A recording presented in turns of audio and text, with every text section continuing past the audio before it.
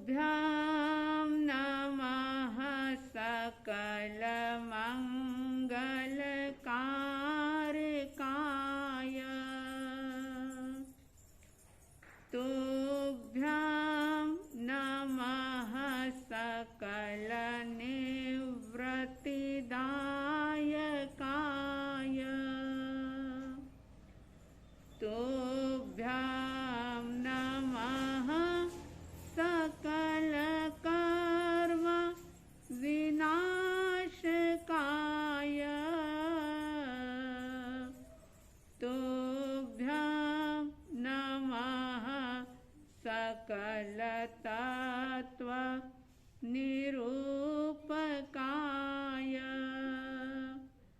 तुभ्यां नमः सकलकर्म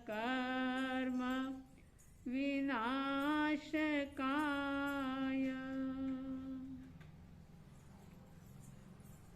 तुभ्यां नमः सकलमङ्गलकारकाय।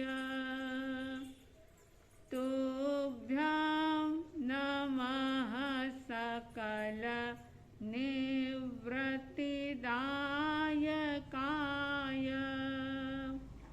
तुभ्यां नमः सकलकर्म विनाशकाय। तुभ्यां नमः सकलतत्त्व निरूपकाय। तुभ्यां नमः सकलतत्त्व निरूपकाय।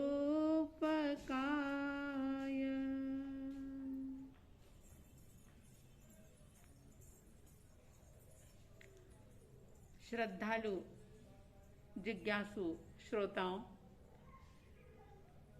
आत्मिक आनंद को, शाश्वत शांति को पाने का मार्ग समता षोडशी के माध्यम से आप और हम जान रहे हैं, सुन रहे हैं। समता षोडशी की 5वीं गाथा चल रही है और उस 5वीं गाथा के अंदर जिन वाणी के सार के रूप में पंडित प्रवर श्री रविंद्र जी आत्मन ने ये बात कही थी, तुम स्वभाव से ही आनंदमय, पर से सुख तो लेश न हो। झूठी आशा तृष्णा छोड़ो, जिन वचनों में चित्त धरो। समता रस का पान करो, अनुभव रस का पान करो। शांत रहो, शांत रहो, सहज सदा ही शांत रहो।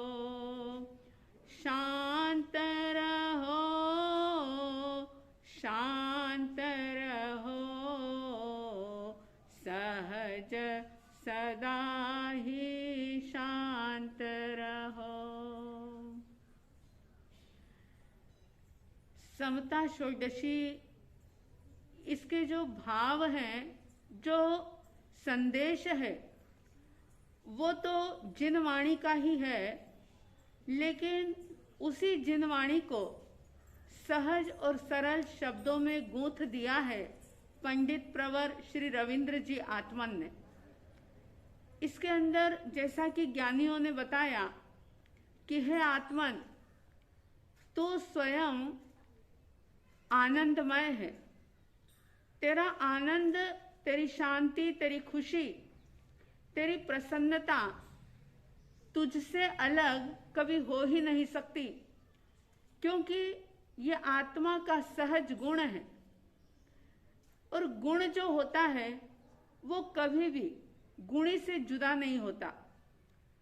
तो ये बात कही कि तू स्वयं आनंदमय है, और जो अनादिकाल से अज्ञानतापूर्ण कार्य जो तुम कर रहे हो, यानी कि पर व्यक्ति से, पर वस्तु से, अपने से भिन्न दूसरों से खुशी की चाहत करना, सुख को चाहना कि मुझे इससे इससे इससे सुख मिलेगा, तो कह रहे हैं कि ऐसा कभी भी होता नहीं, ऐसा कभी हुआ नहीं, और ऐसा कभी होगा नहीं। ये जो तुम्हारी आशा है, ये तृष्णा है, ये झूठी है, और ऐसी झूठी है कि ये कभी भी पूरी नहीं हो सकती। कबीरदास जी ने भी एक बात कही थी, शायद आप लोगों ने सुनी होगी।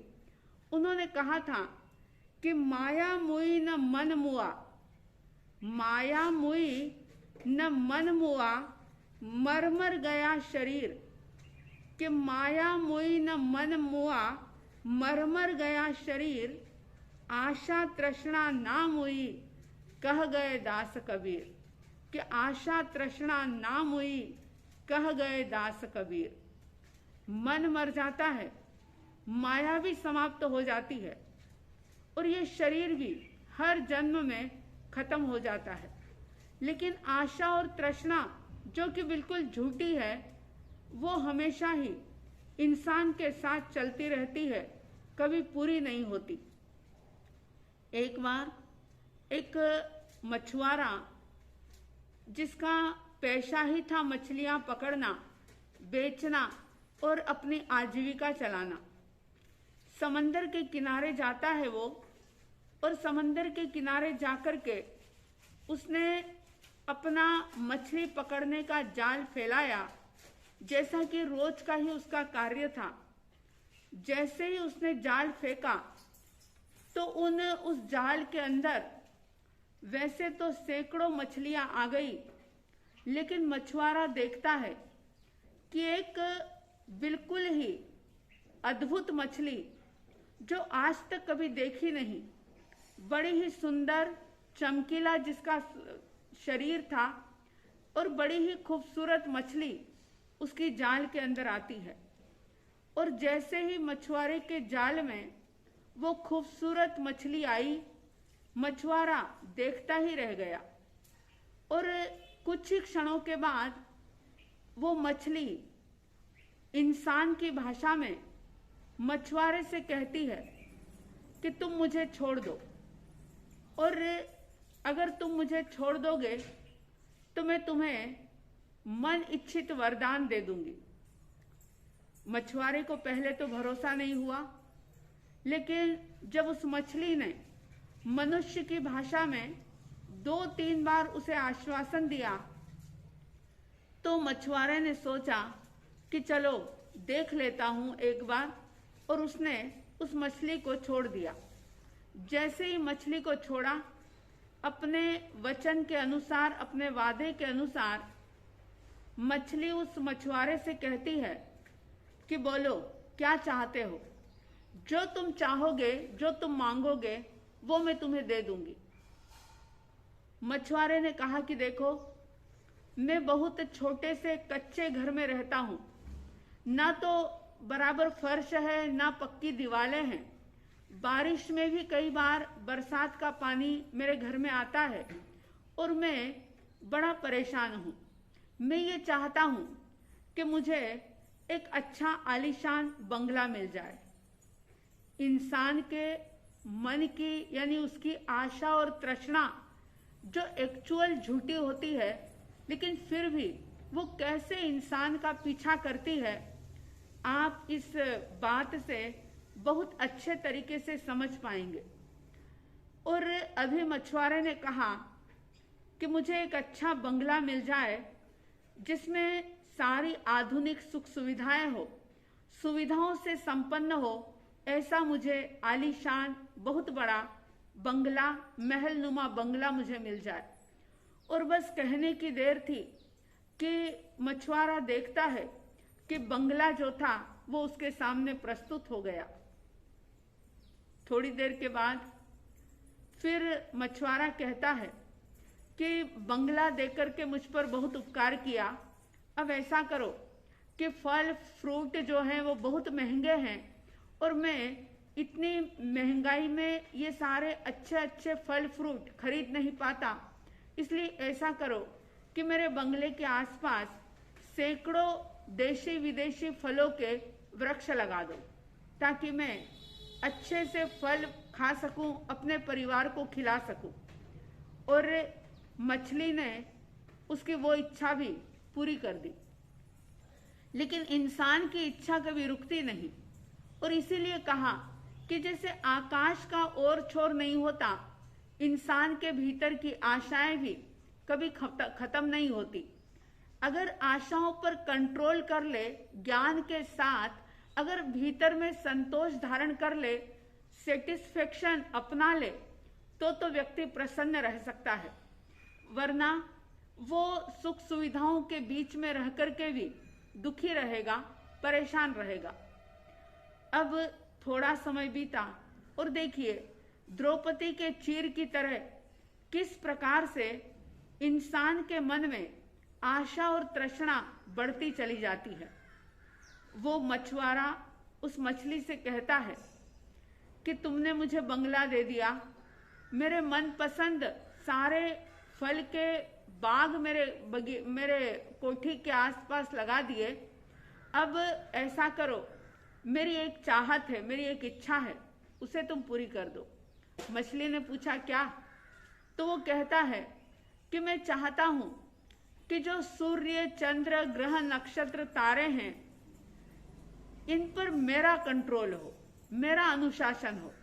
यानी सूर्य, चंद्र, ग्रह, नक्षत्र, तारे ये सब मेरे कहने से चले, इनको मैं अपने इशारे पर चलाऊं, ऐसा तुम मुझे वरदान दे दो।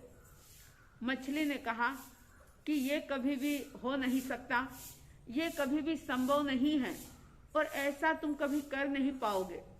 लेकिन वो मछुआरा जो कि इस अनहोनी चाहत को भी पूरी करने के लिए उस मछली से बार बार निवेदन करता है, तो उस अद्भुत मछली ने ये कहा कि तुम तो इस कोठी के और इस बाग बगीचों में रहने के लायक भी तुम नहीं हो, क्योंकि जहां तुम एक छोटे से कच्चे घर में रहते थे, जहां बरसात में, सर्दी में, गर्मी में तुम बड़े परेशान हो रहे थे, तुम्हें अच्छा बंगला मिल गया, पक्का मकान मिल गया, बाग बगीचे फल खाने के लिए मिल गए, लेकिन फिर भी तुम जो है अपनी आशा और तृष्णा पर कंट्रोल नहीं कर रहे हो, विराम नहीं लगा रहे हो, इसलिए तुम्हारी ये योग्यता और पात्रता नहीं है। ऐसा कहकर के सारा जो दृश्य था वो एकदम से चला जाता है और मछुआरा देखता है कि मैं समंदर के किनारे जाल फैलाए खड़ा हुआ हूँ। पुनः उसी गरीबी अवस्था के अंदर, फिर से उसी दरिद्र दीनहीन अवस्था के अंदर वो मछुआरा अपने आप को पाता है। कहने का अभिप्राय कि हर धर्म ग्रंथ, पंथ, गुरु, परमात्मा यही बात कहते हैं कि आशा और तृष्णा दोनों ही झूठी है, ज्यादा इसके चक्कर में मत पड़ो। और ये बात बिल्कुल तय है कि इस संपूर्ण विश्व में जितने भी प्राणी हैं, जितने भी जीव हैं, उन सारे जीवों की आवश्यकता जो है, उनकी जरूरत जो है, वो तो पूरी हो ही जाती है, लेकिन आशा और तृष्णा आज तक कभी भी किसी की पूरी नहीं हुई। इसलिए इस पांचवी गाथा के अंदर कह रहे हैं कि झूठी आशा तृष्णा छोड़ो, जिन वचनों में चित्त धरो। ये माना कि आशा और तृष्णा के बिना जिया भी नहीं जाता। कुछ न कुछ इच्छा भीतर में होती है, लेकिन इंसान के अंदर इतना विवेक जरूर जागे कि वो अपनी इच्छाओं को देख सके कि ये वाजिब है या नहीं है, ये पूरे करने योग्य है या नहीं है। अगर विवेक पूर्वक अपनी इच्छाओं पर कंट्रोल करना जिसको आ गया, वही सुख के झूले में झूल पाएगा। वरना तो व्यक्ति हमेशा से दुखी रह रहा है, और अगर आशा और तृष्णा के वश में फंस गया तो वो आने वाले समय में भी दुखी रहेगा। दुनिया की कोई ताकत उसे सुख का अनुभव नहीं करा सकती। आप सबके भीतर में आशा और तृष्णा पर कंट्रोल करने का भाव जागे, इच्छा निरोध का तप आप कर सकें, ऐसी साध्वी द्वय की तरफ से हार्दिक शुभ मंगल भावनाओं के साथ जय प्रभु महावीर, जय गुरु आनंद।